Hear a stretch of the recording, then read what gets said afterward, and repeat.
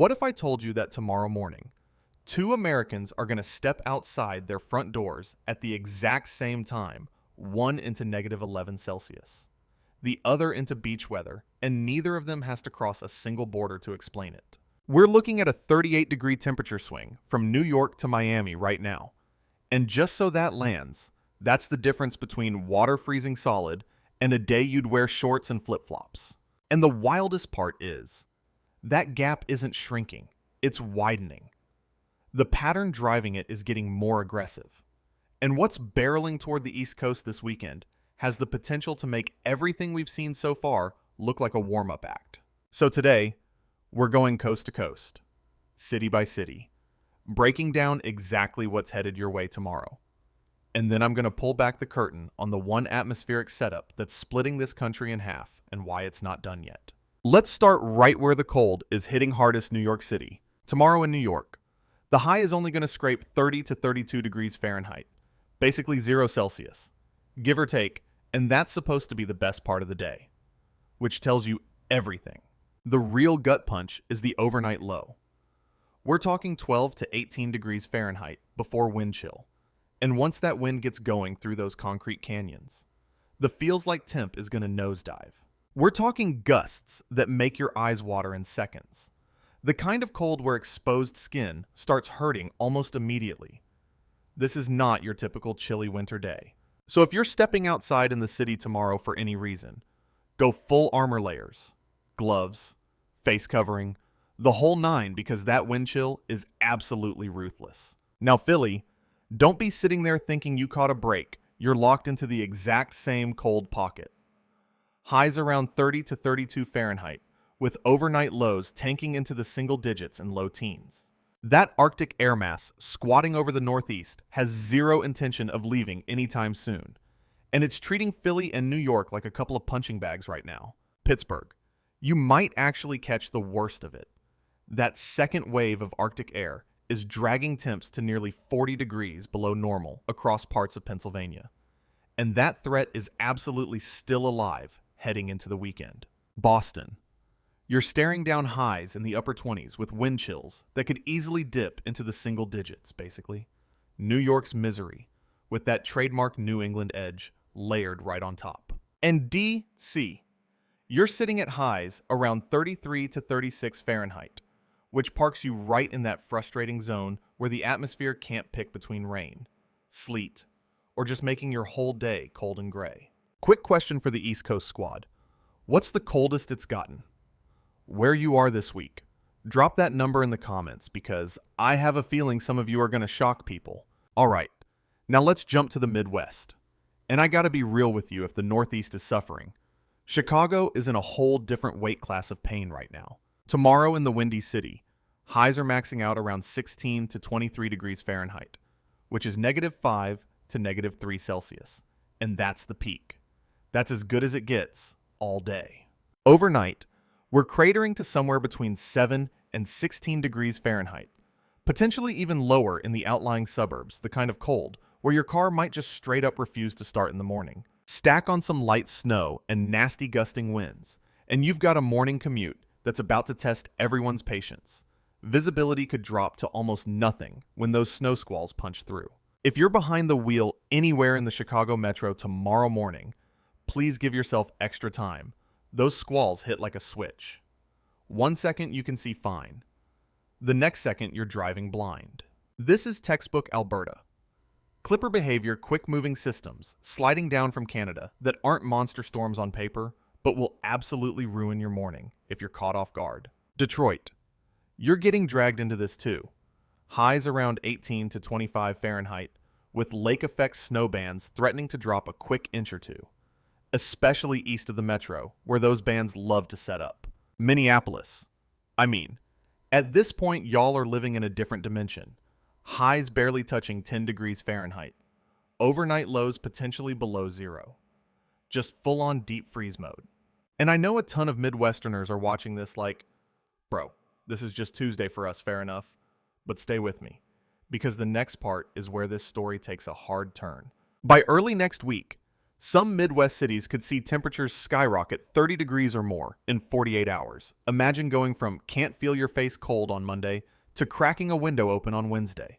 Sub-zero wind chills flipping to the mid-40s or low 50s in 2 days flat. That kind of whiplash messes with infrastructure. It messes with roads. And honestly, it messes with your head too. All right, now let's do a total 180 and head out west. Because what's happening over there right now feels like it belongs on a completely different planet. Los Angeles tomorrow highs around 63 to 70 degrees Fahrenheit. Lows in the low 50s. Not a cloud in the sky. Just pure, effortless California sunshine. If you're in LA right now, winter is basically a rumor you heard about on the internet. 70 degrees in early February. People in tank tops. Outdoor brunch weather. The whole thing. San Francisco. You're looking at upper 50s to low 60s with that classic morning fog rolling through the Golden Gate before burning off by lunch. Just another day of being annoyingly pleasant. But here's what's lurking underneath all that sunshine that the West Coast really needs to hear. Southern California and most of the coast have been dangerously dry this winter, and I don't use that word lightly. Some spots haven't seen a drop of meaningful rain in over a month. And here's the connection most people miss. That dry streak exists because of the exact same jet stream pattern that's bombing the east with Arctic air. The high-pressure ridge keeping the west warm is basically a giant atmospheric bouncer blocking every storm system from getting through the door. So, while you're enjoying gorgeous weather today, a serious drought situation is quietly building behind the scenes. Phoenix. Same story highs, around 57 to 66 Fahrenheit. Clear skies, low humidity. Picture-perfect Arizona winter on the surface. But that same dryness is a ticking clock underneath. Denver. You're in a weird spot. Highs near 40 degrees. Dry for now. But the Rockies are the only thing standing between you and that Arctic air. And by the weekend, it could punch right over the top. Seattle highs around 45 to 50 with some light rain, which is honestly just the Seattle factory default setting. Nothing to get worked up about. All right. Shifting gears south now, because Texas is in this fascinating no man's land where it's catching pieces of both worlds and the forecast is sneakier than you'd think. Dallas tomorrow. Highs of only 45 to 50 degrees Fahrenheit. Not the bone-crushing cold of the Northeast, but cooler than early February should feel in North Texas. Like something's off. Overnight lows drop to around 32 to 41 Fahrenheit. So you're dancing right on that freezing line. The kind of night where you wake up to frost on the windshield and spend 5 annoyed minutes scraping it off. Houston is holding warmer at 56 to 66 for the high, with lows in the mid-40s. Plus a chance of light rain or a stray shower tomorrow night. Nothing scary. Just grab an umbrella before you head out. And don't forget, that tornado that touched down just north of Houston in Liberty County recently was spawned by the same low-pressure system that lit the fuse on this entire pattern. So the South is very much in the game here.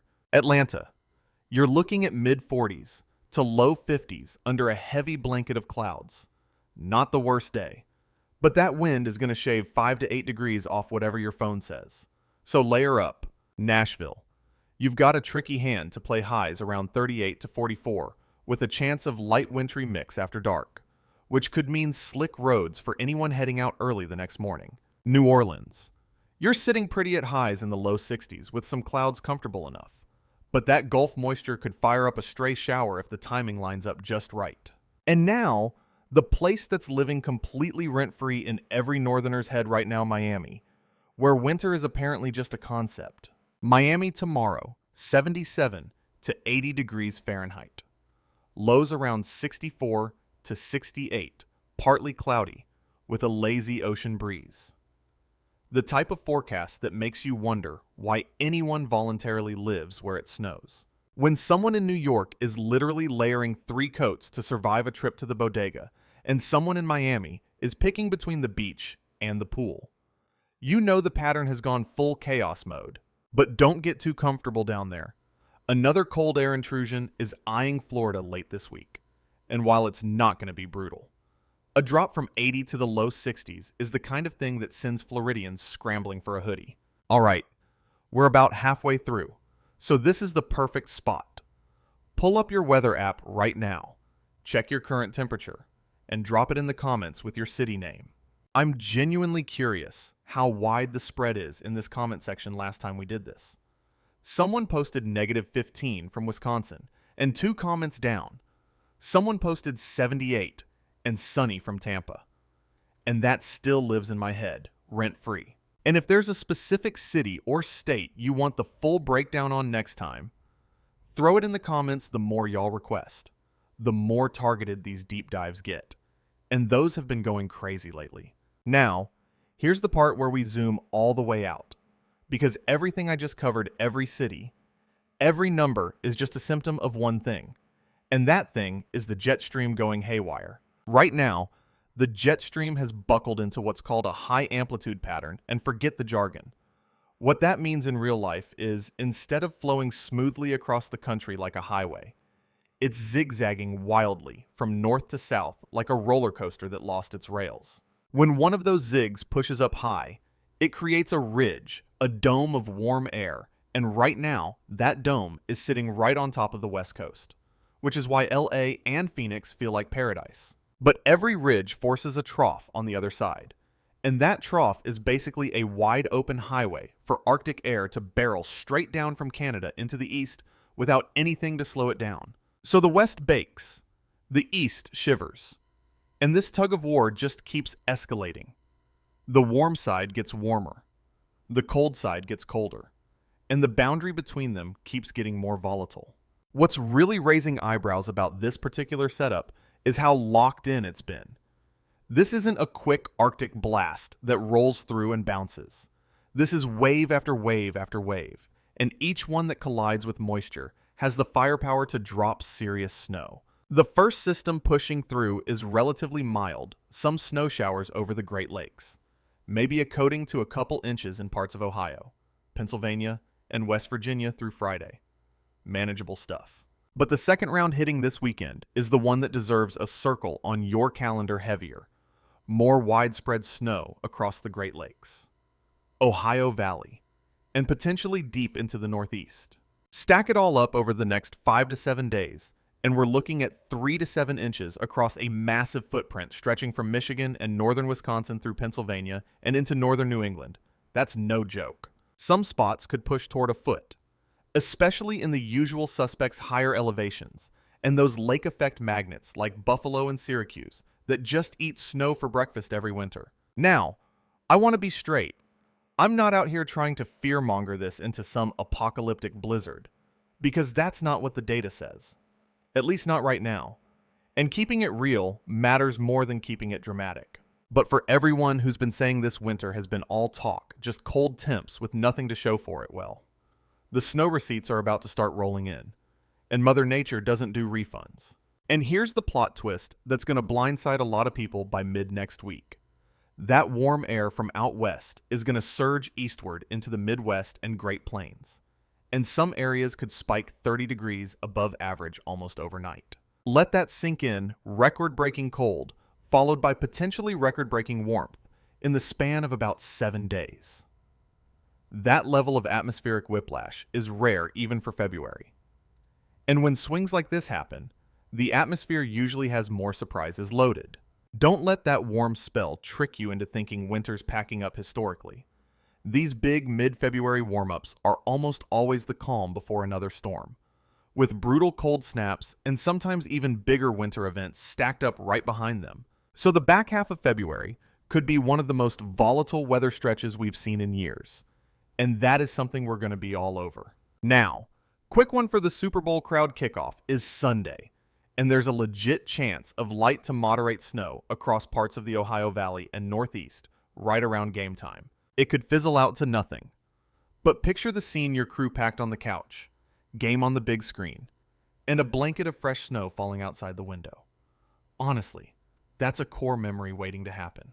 All right, let's run through the rapid-fire recap tomorrow's forecast.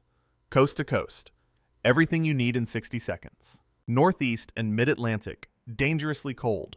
Highs near or below freezing. Wind chills that could be hazardous overnight. Bundle up and limit exposure if at all possible. The Midwest, brutally cold, with snow in the forecast. especially around the Great Lakes. Reduced visibility and icy roads are going to be the morning headliners. The South, it's a grab bag. Dallas is cool. Houston is mild with some rain odds. Atlanta and Nashville are in that uncomfortable limbo. New Orleans is cozy. And Miami is just out here flexing on everybody in the upper 70s. The West, warm and dry wall to wall. LA and Phoenix are operating like winter got canceled. But that drought clock is ticking louder with every dry day that passes. And the main event this weekend, another Arctic blast, is inbound, packing the coldest air of the entire week and the strongest chance for widespread snow across the eastern half of the country. So stay locked in, because with a pattern this juiced up, the forecast can shift overnight, and you do not want to be the last one to know when it does. Before you scroll drop your city, drop your temp. Tell me team snow or team sunshine, and tell me what region you want the deep dive on next. Because those requests drive what we cover, and I read every single one. And if you're not subscribed yet, you're honestly doing yourself a disservice. Hit that button. Turn on the bell. Because the way February is trending, the next update might be the most important one yet. Stay warm, stay sharp out on those roads, and I'll see you in the next one. Peace.